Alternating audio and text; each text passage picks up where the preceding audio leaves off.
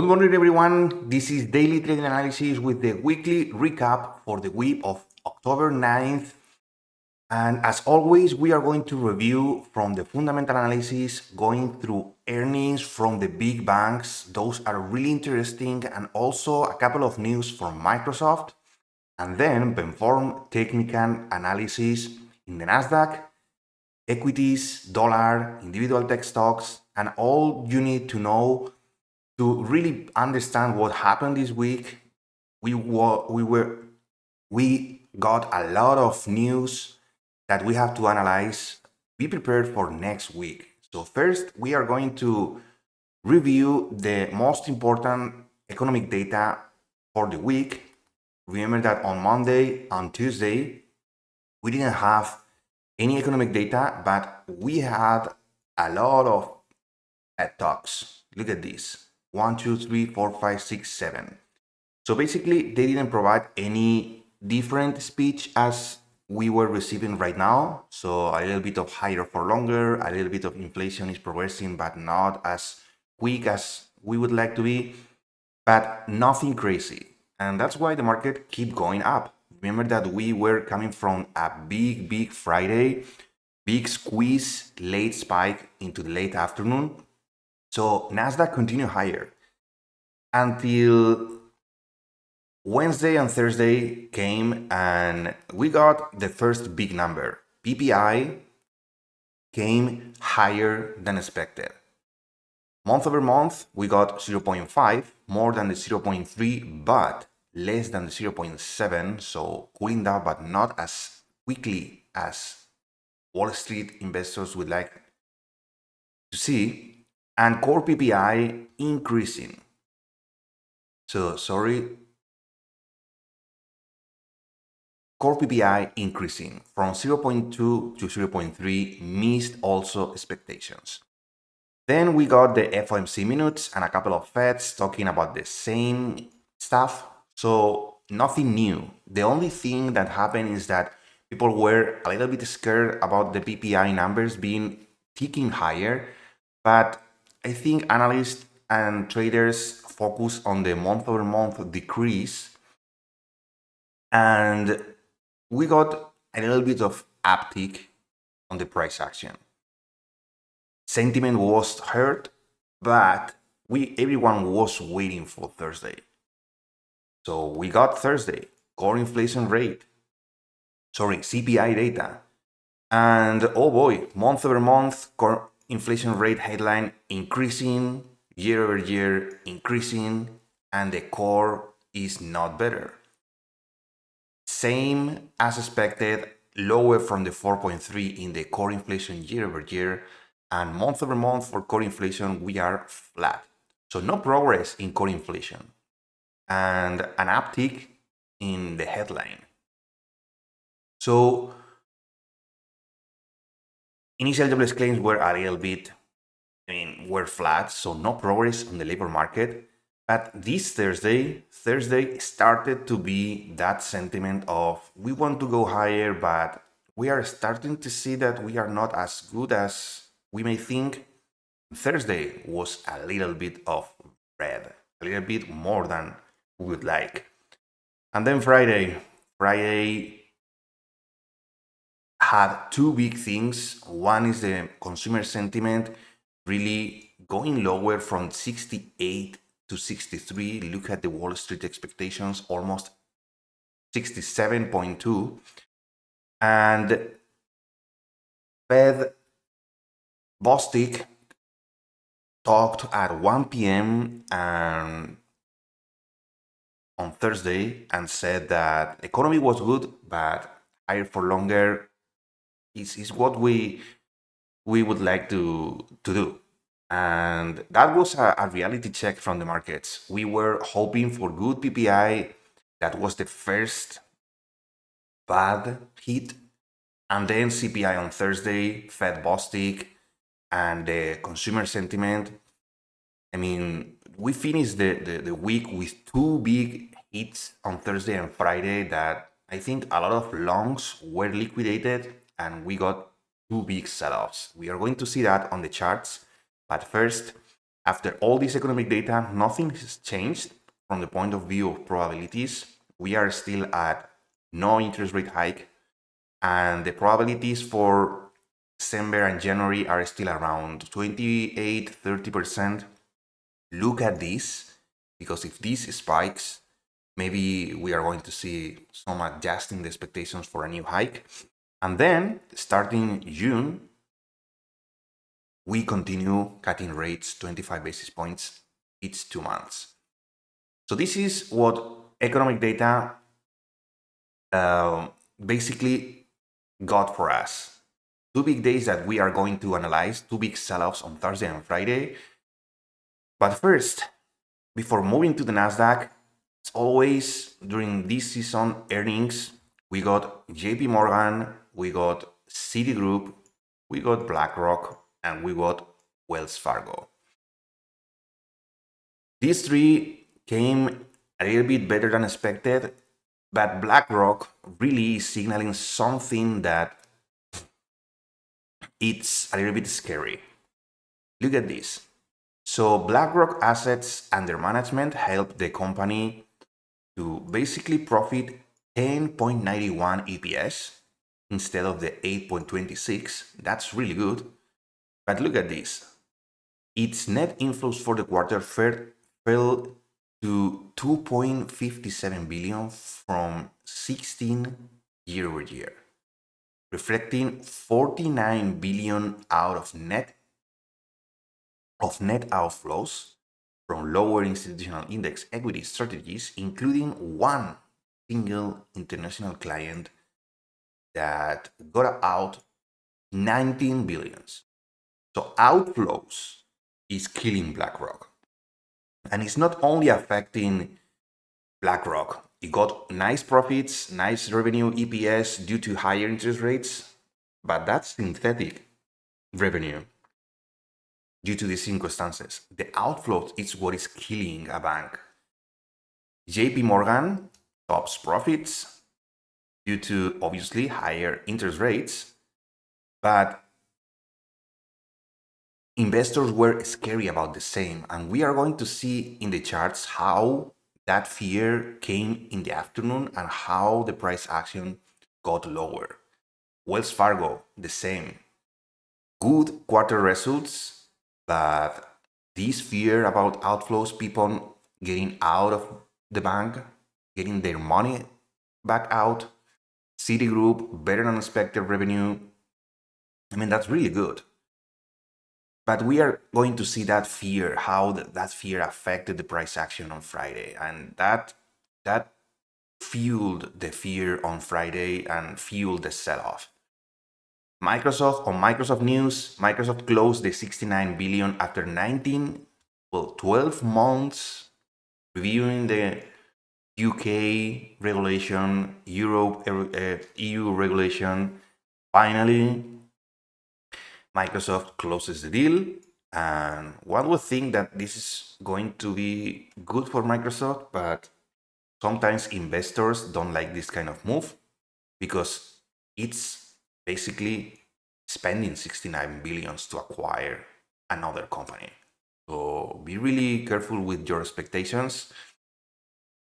Now we are going to move to the charts, and let's start with the banks. As I was mentioning, this is JP Morgan, big squeeze after earnings, holding quite well, but then we started drifting lower, not because JP Morgan was doing bad, but because BlackRock started something that I think affected other big, huge banks. We closed flat on the day, on the after the open, but 1.5 due to this gap that we got early on. If we see Wells Fargo basically also the gap, but then consolidation during opening, during regular open hours. Citigroup also feel a lot of pain due to that. Look at this drag down and closing in the red. And look at BlackRock. Basically, BlackRock when we got the earnings, we got these earnings. It was a surprise on EPS, but look at this. The sell-off started in the open. We got a little bit of bounce, but then drifting lower and lower and lower and lower. So finally, XLF got a little bit of push, but the uncertainty is still there. XLF is not showing strength. Big banks are getting profits, but are not in a healthy environment. People are still getting their money out of those banks, going maybe into regional, into other assets. The outflows are still happening in these banks, and this is going to hurt them in the long term. So this is one thing. Be careful. Be careful with these banks and the rest of the earnings, because if these huge banks performed well but still are suffering outflows, what would happen? Look at JP Morgan daily candle. What would happen to all the smaller banks, the regional banks? Who knows? This is a very difficult time to be a bank. Maybe good revenues, but it's not only higher interest rates. They are hurting them a lot. So think about that. Now let's go to talk about the Nasdaq. We are going to start, as always, with the weekly. And the weekly is 3 days of up, and then the end of the day, the end of the week, really pushing lower and getting a topping tail, basically a green topping tail, inverted hammer that I don't like.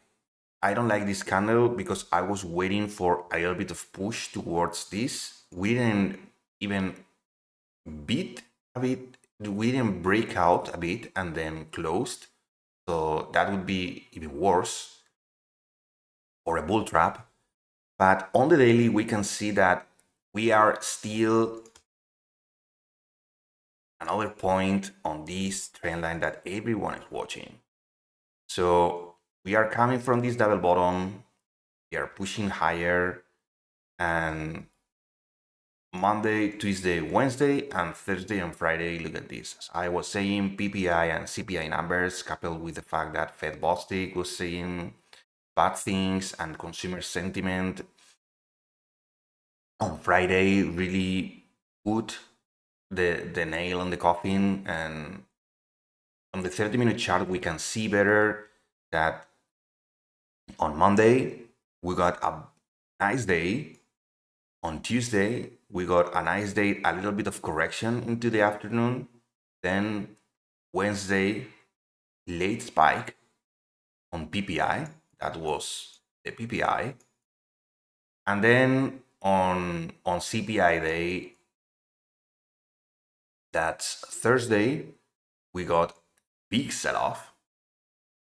We below Wednesday's level, and then we got the starting this trend line that maybe it's a change of trend.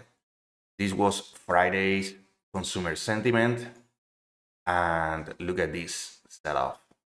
Big sell-off. We tried to do a B in the pre-market, as we can see on this was Thursday, below, and then tried at the end of the day to recover a bit.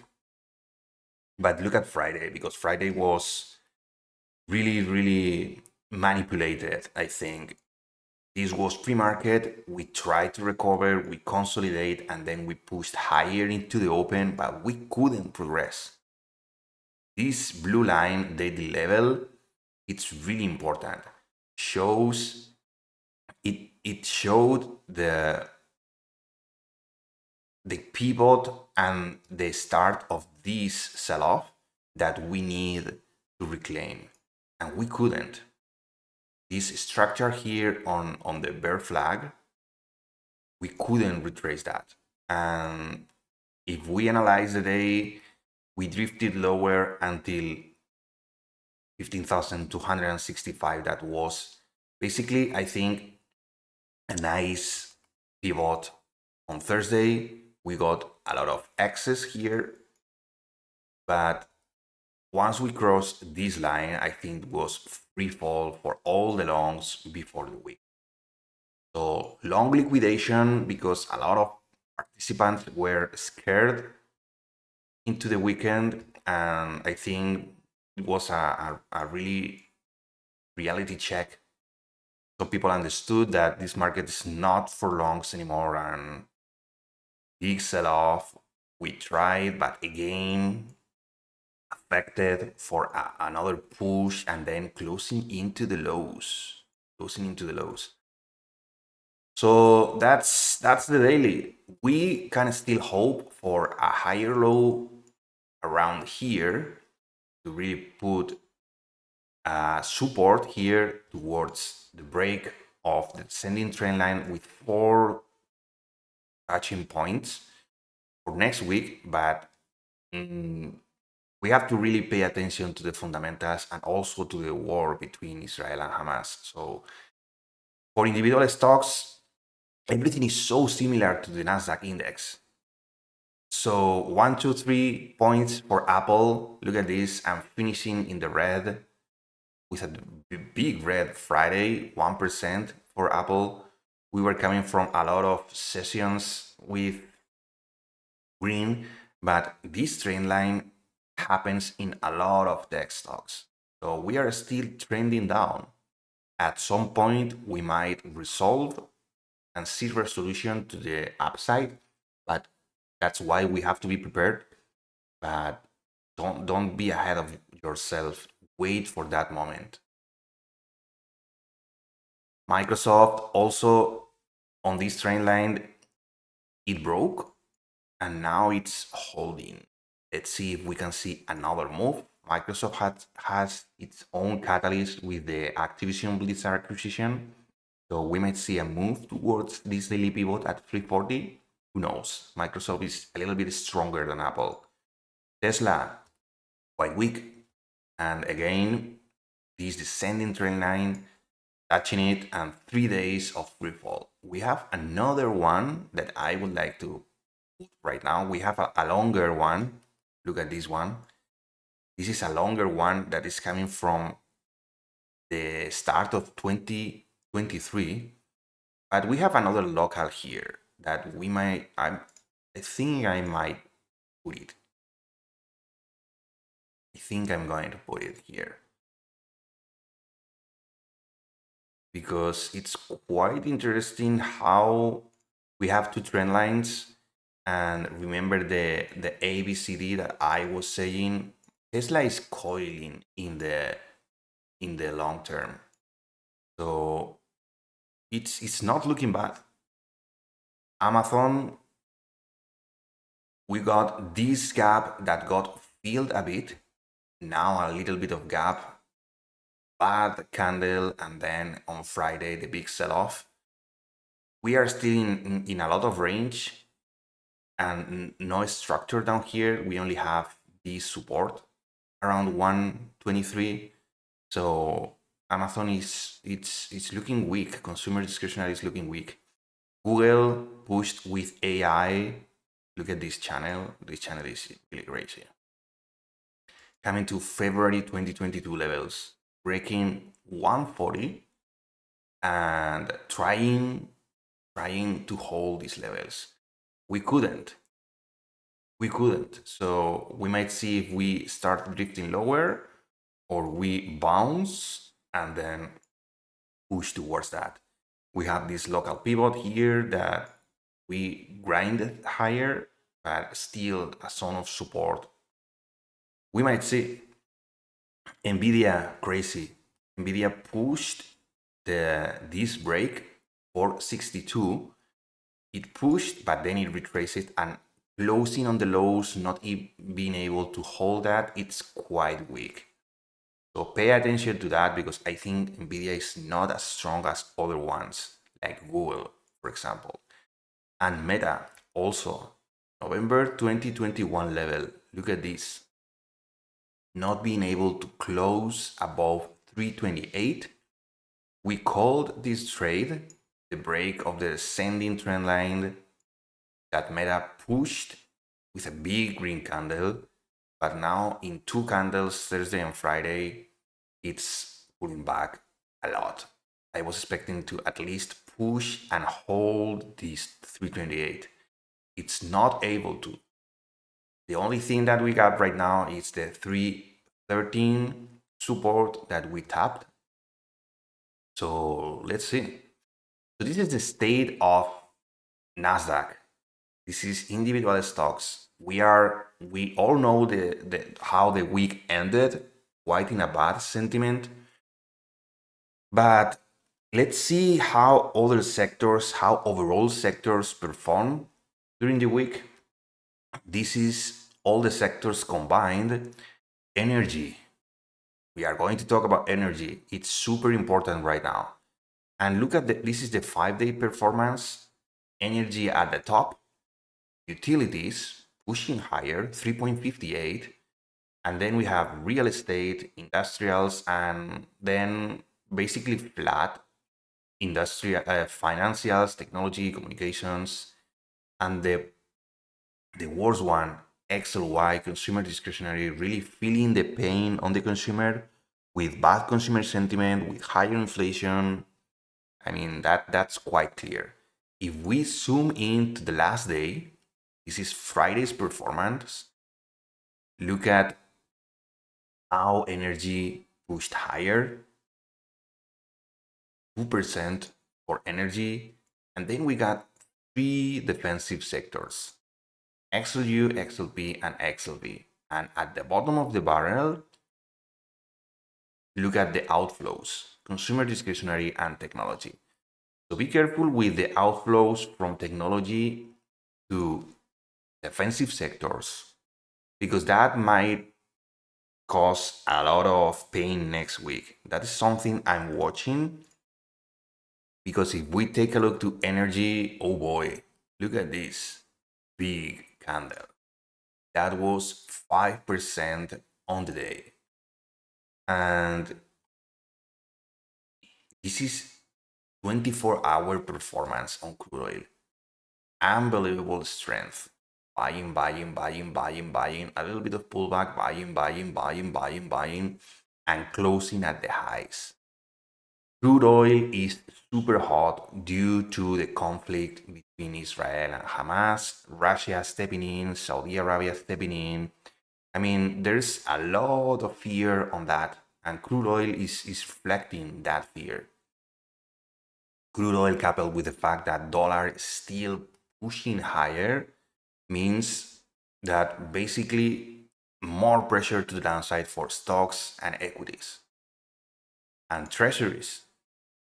I think treasuries, after a bad day, we are still starting to see some kind of push higher. The purple line, the 20-day moving average on the day, might be the next target. And I think treasuries is one of the things that are seeing inflows from technology and consumer discretionary. Dollar also, and also gold. Look at this candle. If you see this chart, the first thing that you notice is the big fat green candle. This is not normal. 3% on the day for gold, when we only saw buying and buying and buying and buying and buying and buying. I mean, it's insane. What does this mean? This means that a lot of people is using gold as a refuge. These are refugees from technology, from tech stocks, from small caps, because we are also seeing small caps suffering. We are down here with a big downtrend, big bad days. And then we see gold pushing this higher, and energy, crude oil pushing this higher, and dollar bouncing strong. This is clearly an outflow from the equities market to other assets. Treasuries are pushing at the lows. This is the safe haven for a lot of investors. Then we got gold, silver, metals overall, crude oil, dollar. I mean, that's quite clear that we are seeing people going into these defensive assets due to the fundamentals on the economic world, and then due to the conflict and the uncertainty in the Israel-Hamas and Middle East war. So pay attention to that, because this is a change in sentiment. We might expect technology to put a higher low, as I was saying right here, but if we start seeing a cross below this and then approaching the double bottom, but 2 taps, maybe a third one is going to reject and start seeing lower lows. So we are open to everything, but the last 2 days and the moves on dollar, treasuries, gold, silver, and crude oil makes me think that equities are not going to be bought up as much in the upcoming week. And that outflow is going from institutional and big players is going to affect the price action.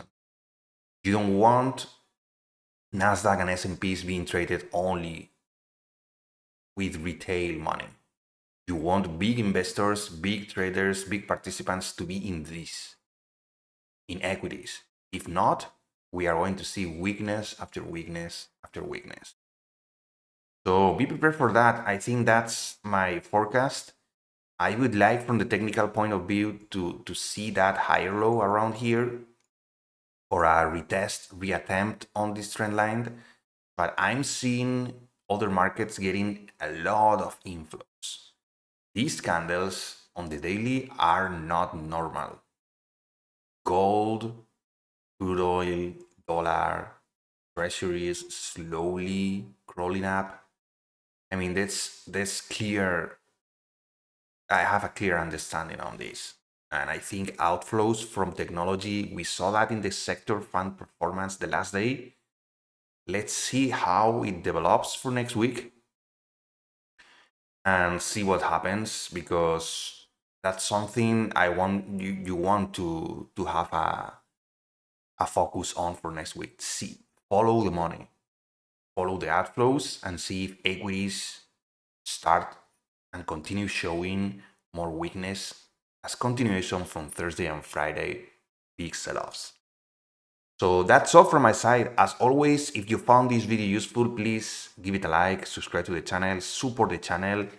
These videos take a lot of effort from me, preparation for you to understand my point of view on the markets, what I saw, and I'm trying to share my point of view and my technical analysis and my approach on these markets. If you learn something and you have something into account for next week that helps you develop some opportunities, I'm happy that you are using my channel for that. That's my main purpose, teaching and showing everyone that would like to trade these markets how it is done and how I can understand. I can share with you some edges, some correlations to trade the Nasdaq.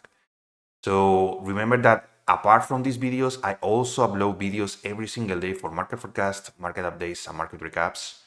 I appreciate your time as always. Discipline and risk management. Remember, those are big 2 skills for you to develop and be successful in your career trading. So stay safe, everyone. Have a nice weekend, and see you on Monday.